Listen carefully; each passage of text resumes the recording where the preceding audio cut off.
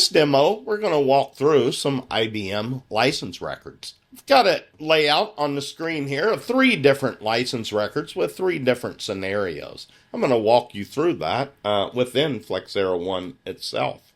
I'm going to break these down and try to point out some key features and some key things that you need to understand about working with IBM licenses. This first license here looks like we purchased 1,200. We're consuming 1,120. And from a shortfall availability perspective, we have a surplus of 80 PVUs. The compliance status is compliant. But I do see an alert on this, so let's investigate what that alert is. I'm going to open up this license by highlighting it and clicking open. The alert says all license entitlements must be covered by current maintenance. Please remove the excess or cover the shortfall. What does that mean? It means we have 1,200 entitlements that at one point in time had maintenance, active maintenance on them. Currently, we have 0 with active maintenance from purchases.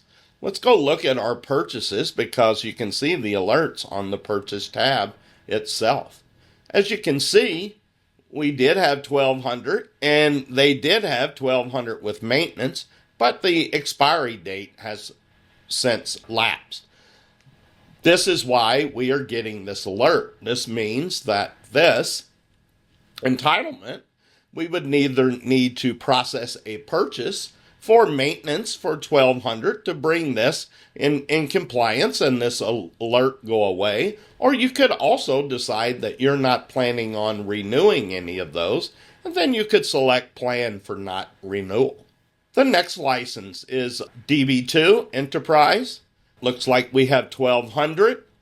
Looks like this is 1,120. And it looks like we have a surplus of 80 here as well, with no alerts, and it is a compliant license. Let's open this up and take a look at it, some properties inside it. As you can see on the compliance tab, that consumption for IBM licenses have a peak consumption and a current consumption. That is unique to IBM licenses. IBM requires for you to license your peak consumption to be eligible for subcapacity licensing. It also requires that peak consumption to be calculated across the assigned regions, and you can see how that is shown on this screen. Also, if we were to go to the Use Rights and Rules tab, as you can see, licensed products and upgrades and downgrade rights. On a license with only one product, you would have a separate section for upgrades and downgrade rights. In this case, this license has many products, meaning that this is a bundle. This is where you would see that. And in this case, you can see that the DB2 is the primary application contributing to the consumption, but there are many subordinate applications with the flag marked to no. Each one of these applications have their own separate upgrade and downgrade rights that can be accessed by clicking the pencil here. I'm going to collapse this now so we see everything on the Use Rights tab. I am also going to point out the section of rights on virtual machines and hosts.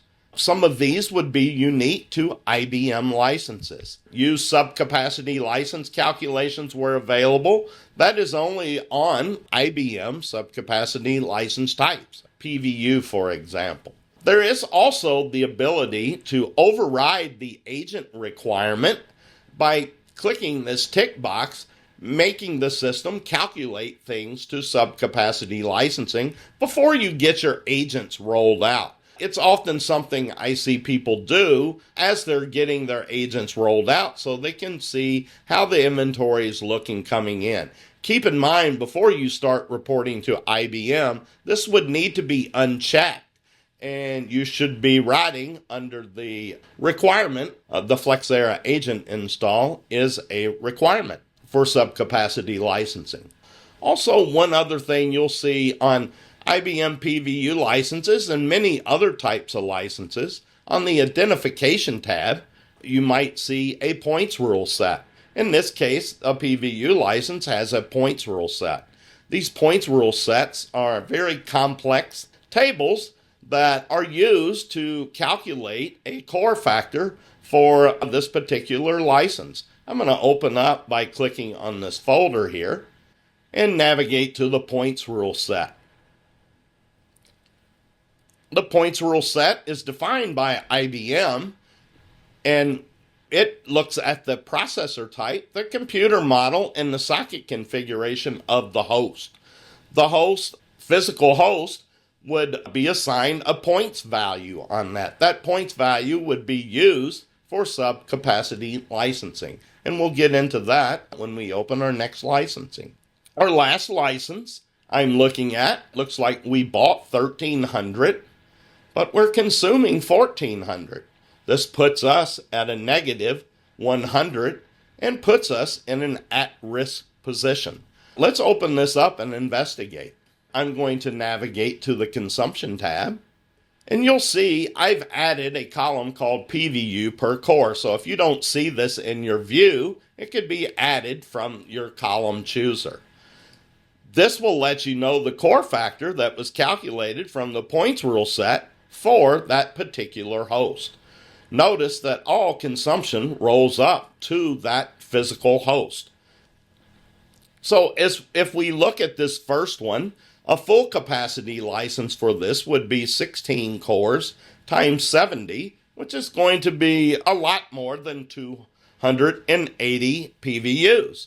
So that means in this case, we're using subcapacity. 4 cores times 70 gives us 280. This is how you can tell if things are calculating correctly and what core factor is being determined from the points rule table.